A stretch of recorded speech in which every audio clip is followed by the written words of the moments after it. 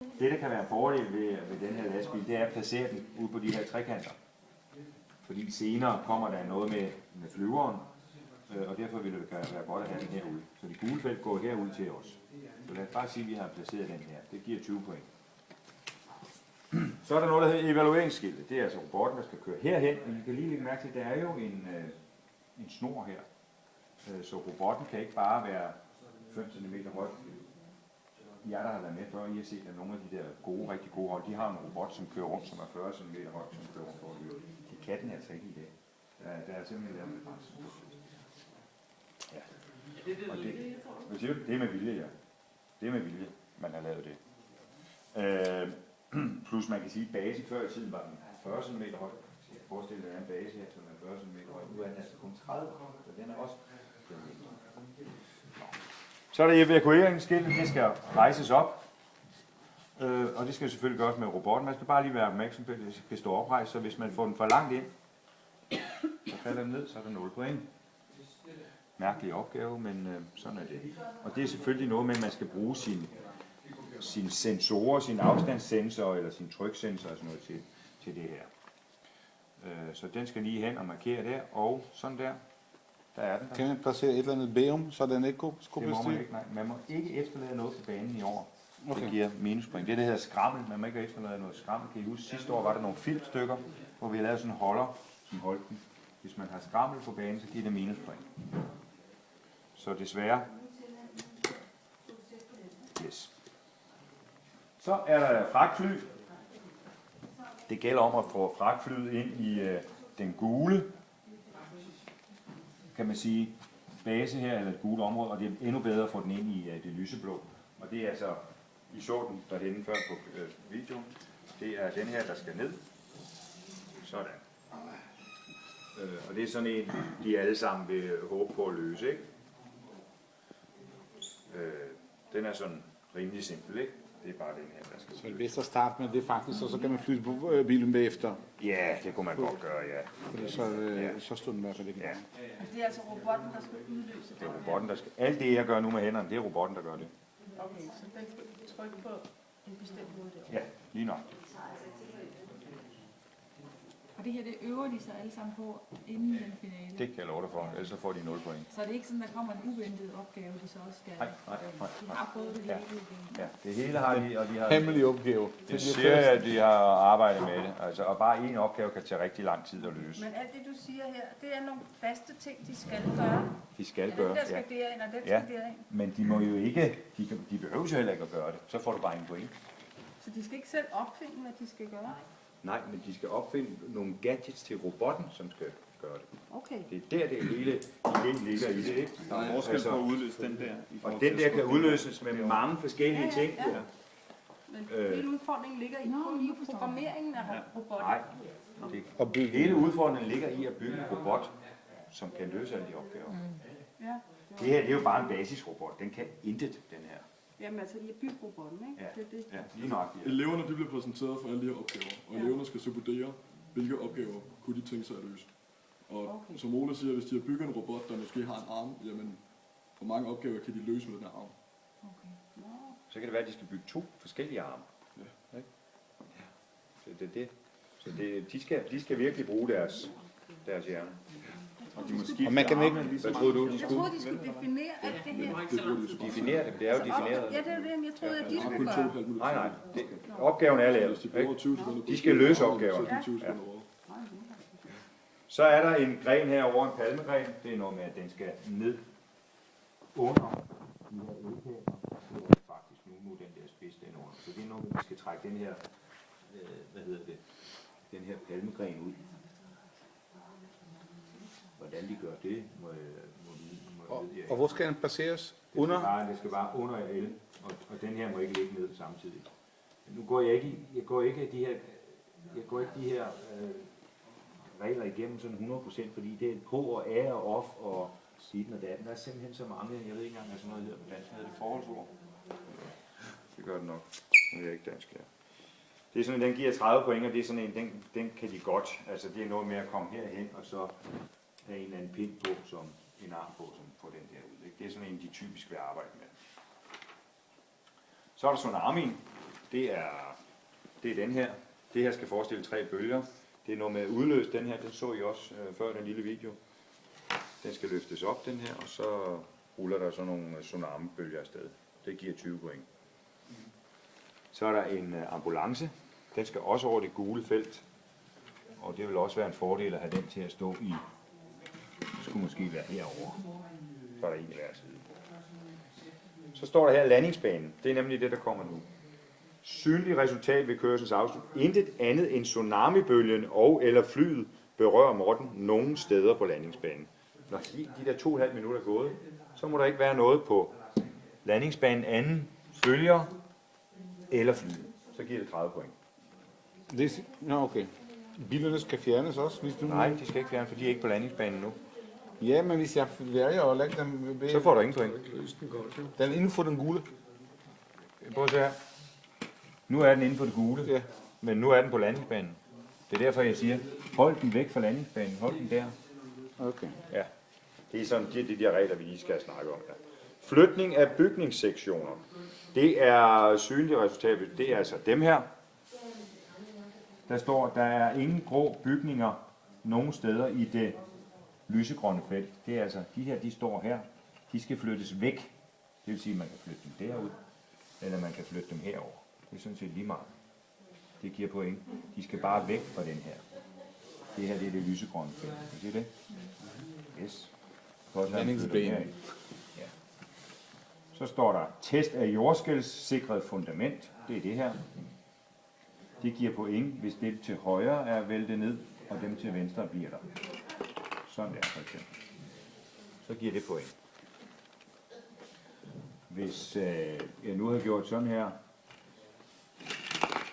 så gav det ingen point. Det er dem til højre, der skal væltes. Men de står også noget mere sikkert end dem. Man må ikke skubbe til bygningen, selve til bygningen. Det må du gerne. Så der kommer ind, og så vælter den ene, og så... Jeg skal bare køre ind i den der, så vælter dem til højre. Jamen, jeg mener, hvis den har en arm og skubber direkte til bygningen. Det kan du også bare gøre. Okay. Ja, ja, det må jeg med selv om. Ja. Bare det at vælte ned lidt til højre. Den glider den her. Den glider nemlig den der. Den er tsunami-sikret. Så står der her, husbyggeri. Synlige resultater ved kørsels afslut. Det er en fleretagers bygning i, der er en fleretagers bygning i det lyserøde felt. Hvor er det lyserøde felt? Det er her. Og det er altså demme her. Hvis man flytter dem herover, så er det en fleretagers bygning, så giver den point. Hvis den står her, gav det jo ingen point, vel? Hvis man har flyttet den og flyttet den herhen, så gav det nogle point. Og hvis man flytter den herover, får man endnu flere point. Så nu står den altså i det lyserøde felt. Og det er det, der hele tiden er. Der er hele tiden de der regler med det lyserøde felt, og det er ditten og datten. Altså, det er dem, man bliver lidt træt af. Så er der forhindringen. Synlig resultat under kørslen. Robotten er kommet helt over det vestlige linje af den anførte felt og udelukket fra vest. Det er altså robotten. Den skal køre over de her forhindringer. Køre over den her.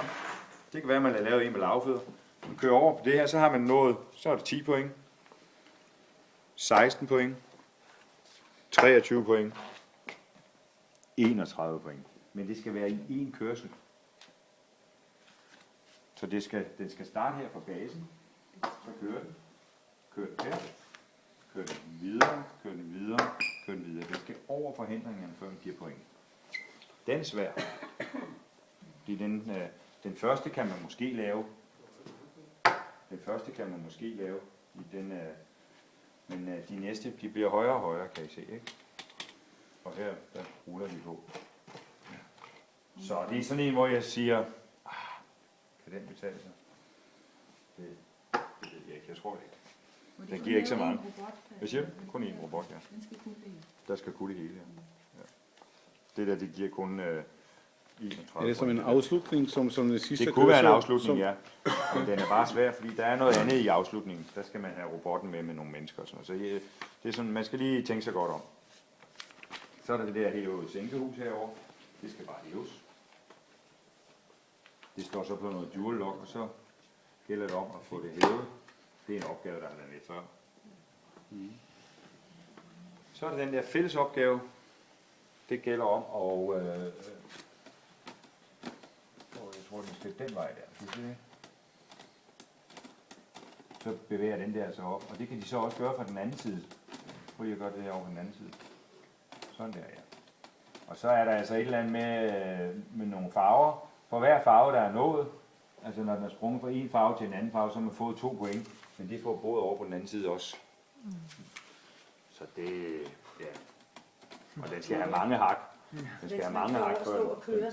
Ja, så kan man få robotten til at stå derovre, men det tager jo også tid. Ikke? Yes. Så er der familie. Det er et synligt resultat. Mindst 2 personer er synlige. Det er noget, der hedder familie. Mindst 2 personer er i samme farvede felt. Kan I se, der er en person her. Så jeg flytter en anden person over. Den her person for eksempel. Så får jeg 33 point. Hvis jeg har 3 personer i samme felt, så får jeg 36 point. Det er altså noget, der giver noget... hvor er den sidste person henne? Og det er Den ligger derovre. ja, eller også er den inde i basen, det kan jeg ikke huske. Der er en person med et eller andet sted. Hvad med den på... Nej, jeg tror, det er motorcyklen. Det er den her selvfølgelig. Ja. Ikke? Så flytter den her over. Så havde jeg 66 point. Jeg kunne også... Det er lige meget hvilken fagfelt. Du Lige meget så det. ikke 2 i forvejen i samme felt, så er det smartest at tage den sidste der. Det kan man også gøre, ja. Der er... Du har Så man starter med 33 point Men på den altså, måde. der er så mange regler i det her, så man bliver rundforvirret, ikke? Så er der noget med vand. Mindst en person er sammen med en flaske vand i et farvet felt. Vand, det er der blandt andet i lastbilen. Så hvis jeg putter det her ned. For hver person plus en vand, så får man 15 point. Så det er altså noget med hele tiden at få flyttet de der ting. Der er også vand hernede. Det er det. Så kunne det være, at jeg flytter den her op. For eksempel, ikke? Så er der noget med sikkerhed. Det er så mindst en person i et rødt eller gult felt. Så giver det også point. Rødt felt, det er hernede. Og det er de her, regler, hvor jeg tænker, det så begynder at skulle blive lidt trættende for mig. Fordi det er så noget med kæledyr også. Ja, og hvad så? Hvad er det med tsunamien at gøre, ikke? Så er der en hund her også, ikke? Og så er der noget med forsyning af udstyr. Det er sådan en lommelygte og sådan noget. Men det er sådan nogle regler, som I må gå ind og sige, hvad kan betale sig? Fordi der er rigtig, rigtig mange af de her regler, og de skal gradbøjes. Hvad kan det betale sig, og hvad der ikke kan betale sig? Men du har kun 2,5 minutter. Til gengæld så er det noget med, at robotten til sidst, hvis den lander hernede, så får man 25 point. Og det man kunne gøre ved sidste kørsel, det var jo selvfølgelig at tage nogle af sine ting med derned. Fordi så giver det endnu flere point. Så hvis man har 3 mennesker hernede plus vandflasker, så begynder taxameteret at regne. Ikke? Så sådan er det. De her røde hernede, det er strafpoint. De ligger heroppe. Og det er så dommerne. Hvis jeg har taget min robot ind med hånden, så får jeg en straf. Og de her røde, de bliver så lagt herovre på landingsbanen. Men man må gerne flytte dem. Straffen ligger jo i, at nu er landingsbanen jo ikke fri, så man mister nogle point, ikke? Men man har lov til ved sin sidste kørsel med robotten at flytte de her. Det er sådan lidt anderledes, end det plejer at være. Yes. Og det er fordi, den der landingsbane skal være fri. Det er fordi, den skal være fri. Og sker der nu det, at dommerne skal altid starte herovre fra vest af med at lægge brikkerne, men hvorfor er der så flere? Det kunne være, der stod en ambulance her, og derfor så ligger de dem så herfra. Ikke? Men man kan ikke vide på forhånd, at de der kommer der. Det kan man ikke, nej. Så skal man hen og programmere robotten for. Det kunne være, at man havde et program, der ryddede banen. Så man når ikke at programmere noget på de 2,5 minutter. Så når det heller ikke på dagen. Men Ole, Ja. det giver 5, så får man en straf på det. Jeg skal lige se, hvad den berøringstraf. Minus 13 og minus 10 giver de i år. Okay, så man får både straffen, at det ligger, når man får pointstraffen. Hvis de har taget, når de får straf herfra, ja, hvis de ligger der. Okay, og hvis de fjerner banen, så er det stadig straf.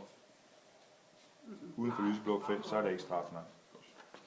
Så man kan få slettet sin straf. Ja, man kan få slettet sin straf. Så og der er en masse af de der regler, ikke også, i år, som kan være lidt forvirrende. Men det er jo det, I skal med jeres børn. I skal ikke